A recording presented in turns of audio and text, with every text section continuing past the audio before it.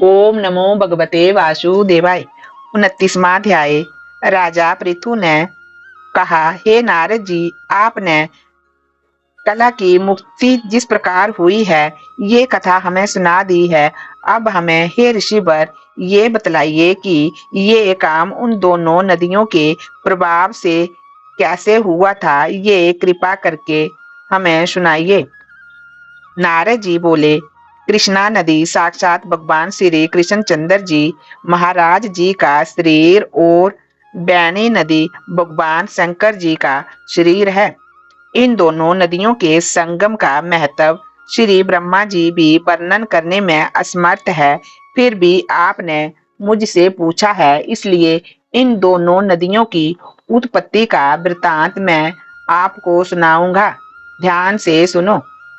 नारद जी बोले, चाक्षुर मनवंतर के आरंभ में श्री ब्रह्मा जी ने सहस्त्र पर्वत के शिखर पर यज्ञ करने का निश्चय किया। वह सब देवताओं भगवान विष्णु और शंकर जी के साथ यज्ञ की सामग्री को लेकर के उस पर्वत के शिखर पर गए। तब महर्षि भृगु आदि ऋषियों ने ब्रह्म मुहूर्त में उन्हें दीक्षा देने का विचार किया। इसके बाद उन्होंने श्री ब्रह्मा जी की पत्नी त्वरा को बुलावा भेजा। वह बड़ी धीरे धीरे आ रही थी। इसी बीच में भृगु जी ने विष्णु जी से पूछा, हे प्रभु, आपने त्वरा को शीघ्रता से बुलाया था, वह क्यों नहीं आई? ब्रह्म मुहूर्त टल गया। इस पर भगवान विष्णु ने कहा, यदि त्वरा इस समय यहाँ ना आई तो आप गायत्री जी को स्त्री मानकर दीक्षा विधान कर दीजिएगा। क्या गायत्री पुण्य कर्म में ब्रह्मा जी की स्त्री नहीं हो सकती? नारद जी बोले, भगवान शंकर ने भी विष्णु जी की बात का समर्थन किया।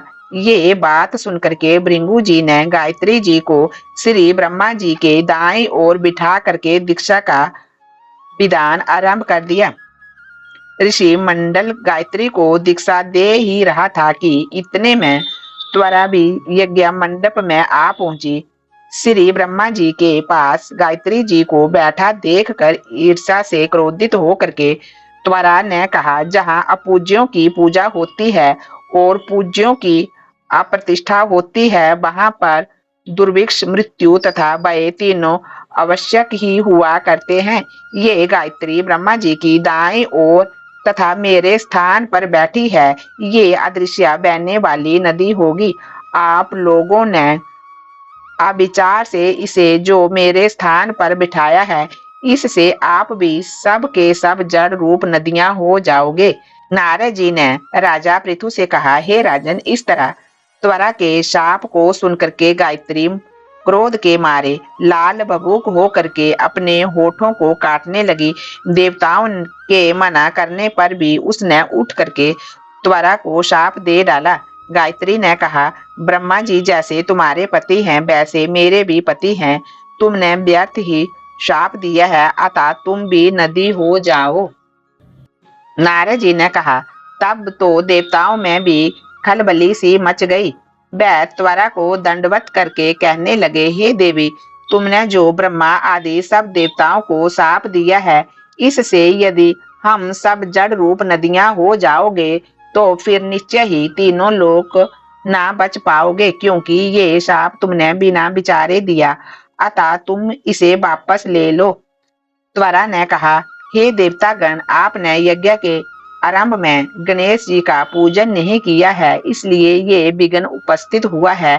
मेरा ये शाप कभी खाली नहीं जा सकता, इसलिए आप सब अपने अंगों से जड़ीभूत हो करके आवश्यक ही नदियां बनोगे। हम दोनों सोते भी अपने अपने अंशों से पश्चिम से बहने वाली नदियां बनेगी।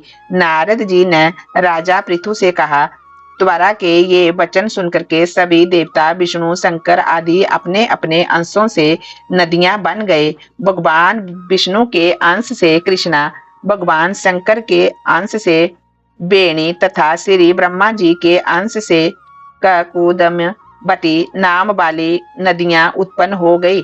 सभी देवताओं ने अपने अंशों को जड़ बना करके वहीं सहस्त्र पर्वत पर फेंक दिया।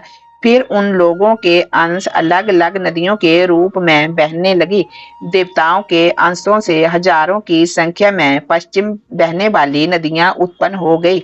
गायत्री और त्वरा दोनों पश्चिम बहने वाली नदियां हो करके एक साथ बहने लगी। उन दोनों का नाम सावित्री पड़ा। श्री ब्रह्मा जी ने यज्ञ स्थल पर भगवान विष्णु और शंकर जी की स्थापना की। दोनों देवता महाबल तथा अति बल के नाम से विख्यात हुए। हे राजन, कृष्णा और बेणी नदी की उत्पत्ति का ये वर्णन जो मनुष्य सुनेगा उसे नदियों के दर्शन और स्नान का फल प्राप्त होगा। बोलिए कृष्णा नदी की जय, बेणी नदी की जय।